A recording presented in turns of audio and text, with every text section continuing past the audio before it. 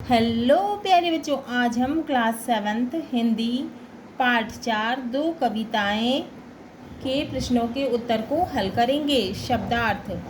मेघ का अर्थ होता है बादल, तरस का अर्थ है अभाव का अनुभव या दया या पाने की ललक, कोप का अर्थ है क्रोध या गुस्सा, कदम का अर्थ है कदम का वृक्ष, दातुर का अर्थ है मेढक, अभिनंदन का अर्थ है स्वागत, कंदुक का अर्थ है गेंद, रीता का अर्थ है खाली, कंठ का अर्थ है गला, दमक का अर्थ है चमक या कौंध, टहनी का अर्थ है डाली या छोटी शाखा, ललचाई का अर्थ है लालच से भरी, दामिनी का अर्थ है बिजली, पंख का अर्थ है कीचड़।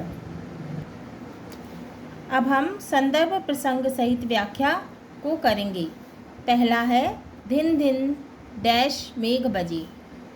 धिन धिन धा धमक धमक मेघ बजे, दामिनी यह गई दमक मेघ बजे, दादुर का कंठ खुला मेघ बजे, धरती का हृदय धुला मेघ बजे, पंख बना हरिचंदन मेघ बजे, हल्का है अभिनंदन मेघ बजे। धिन धिन।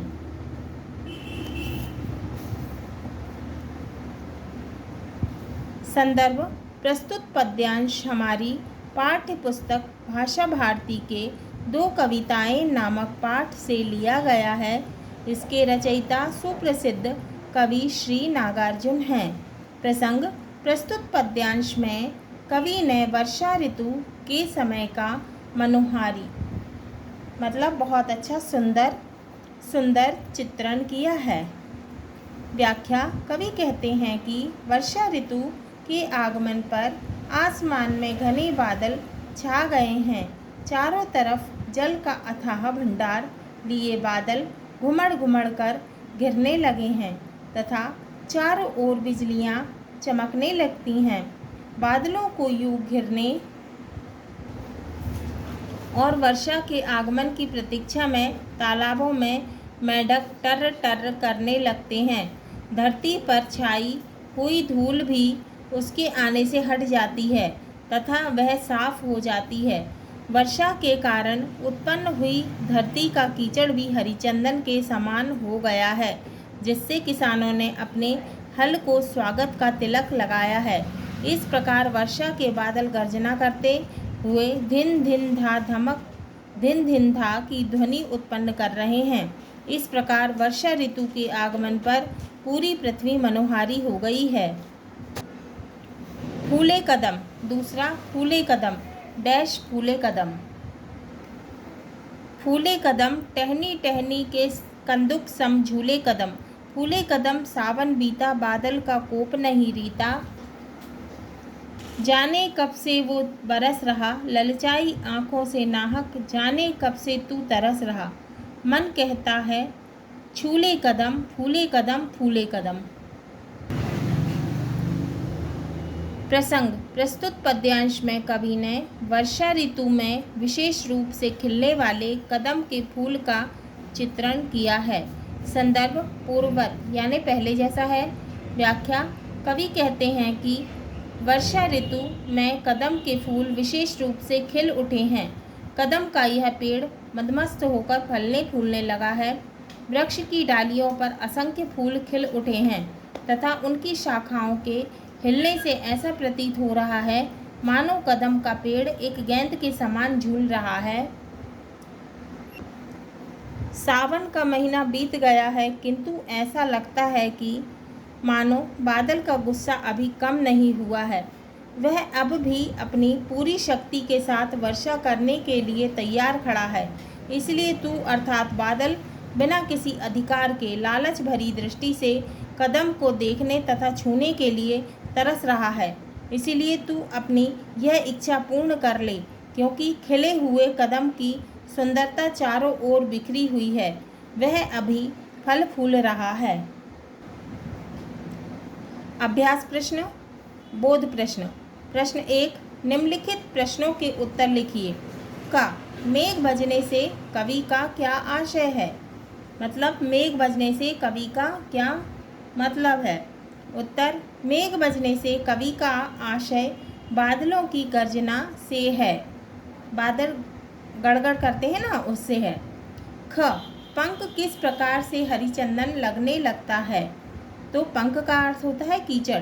कीचड़ किस प्रकार से हरिचंदन लगने लगता है? उत्तर है वर्षा ऋतु में धूल मिट्टी गंदगी आदि पानी के साथ बह जाते हैं। शेष मिट्टी धुलकर चंदन के समान पावन लगती है और ऐसा लगता है मानो वर्षा में मिट्टी भी हरिचंदन बन गई है।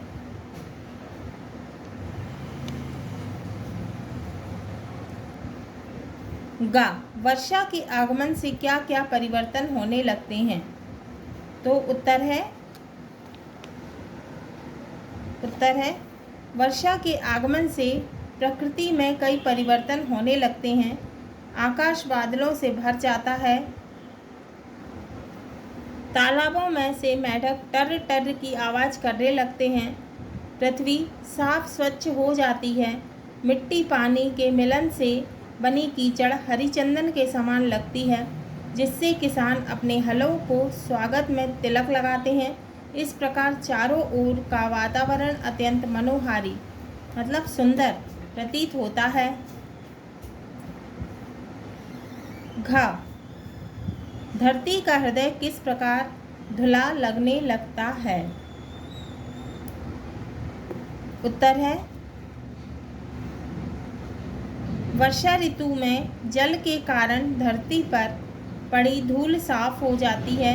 चारों ओर का वातावरण आनंद से भर जाता है और ऐसा लग रहा है मानो धरती का हृदय धुल गया और वह प्रसन्नता से भर उठी है।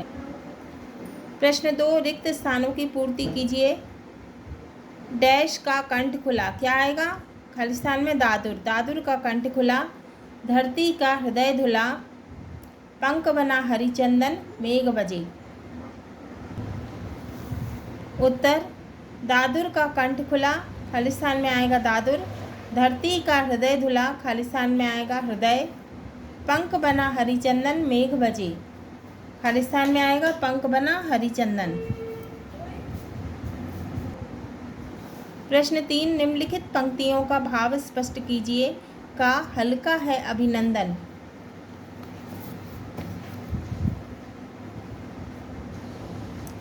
भावार्थ, वर्षा ऋतु के आगमन पर खेतों में हल का महत्व बढ़ जाता है, इसीलिए किसान उसका अभिनंदन कर खेतों में चलाते हैं। खा, टहनी टहनी में कंदुक सम झूले कदम।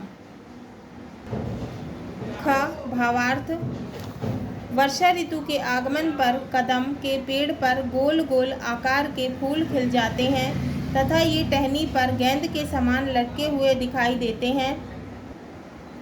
भाषा अध्ययन। प्रश्न 1, निम्नलिखित शब्दों के तुकांत शब्द लिखिए, जैसे खुला खुला, चंदन का बंधन, रीता का बीता, बरस का तरस, चमक का दमक। उत्तर है चमक, चंदन, वंदन, चमक, दमक, टहनी, टहनी, रीता, बीता, निराला, उजाला। प्रश्न 2, धिन धिन शब्द युग्म में ध्वन्यात्मकता है, इसी प्रकार के अन्य ध्वन्यात्मक शब्द लिखिए। तो हमें ऐसे धिन धिन युग्म में जैसे ध्वन्यात्मक है, इसी प्रकार हमको शब्द लिखना है। उत्तर, धमक धमक, टर टर, धिन धिन, टहनी टहनी आदि। प्रश्न 3, इस कविता की जिन पंक्तियों में अनुप्रास अलंकार है उन्हें छांटकर लिखिए। तो कविता में जिन पंक्तियों में अनुप्रास अलंकार है उसे हमें छांटकर लिखना है। उत्तर है तीसरा का, धिन धिन धा धमक धमक, इसमें धा वर्ण की बार बार आवृत्ति हुई है, तो ये क्या है? अनुप्रास अलंकार। खा, टहनी टहनी में कंदुक सम झूले कदम, तो इसमें टा वर्ण की बार बार आवृत्ति हुई है। ग, दामिनी यह गई दमक, इसमें दा वर्ण की बार बार आवृत्ति हुई है। घा, धरती का हृदय धुला, इसमें धा वर्ण की बार बार आवृत्ति हुई है। इंगा, बादल का कोप नहीं रीता।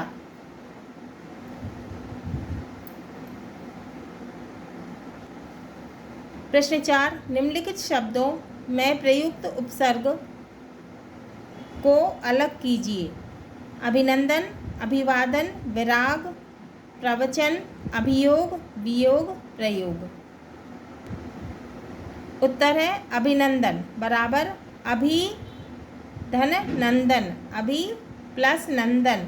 वियोग बराबर वि धन योग, वि प्लस योग। अभिवादन बराबर अभि धन वादन, अभि प्लस वादन। प्रयोग प्रा प्लस योग, प्रयोग। विराग, विराग, वि बराबर वि धन राग, वि प्लस राग। प्रवचन बराबर प्रा धन वचन। प्रश्न 5, सही विकल्प चुनकर लिखना है हमको। कल सरिता डैश समारोह में गई थी। ऑप्शन है अभिवंदन, अभिवादन, अभिनंदन और अभिचंदन। उत्तर का कल सरिता अभिनंदन समारोह में गई थी, तो खालिस्तान में आएगा अभिनंदन। खा, लिखाई, ललचाई, पढ़ाई, इन शब्दों में डैश प्रत्यय है, तो खालिस्तान में क्या आएगा आई। तो क्या हो जाएगा लिखाई, ललचाई, पढ़ाई, तो खालिस्तान में क्या आएगा आई। हाँ तो प्यारे बच्चों, आज हमारा पाठ 4 2 कविताएं के प्रश्नों के उत्तर हमने हल किए। अगले वीडियो में हम पाठ 5 मध्य प्रदेश का वैभव को पढ़ेंगे और समझेंगे।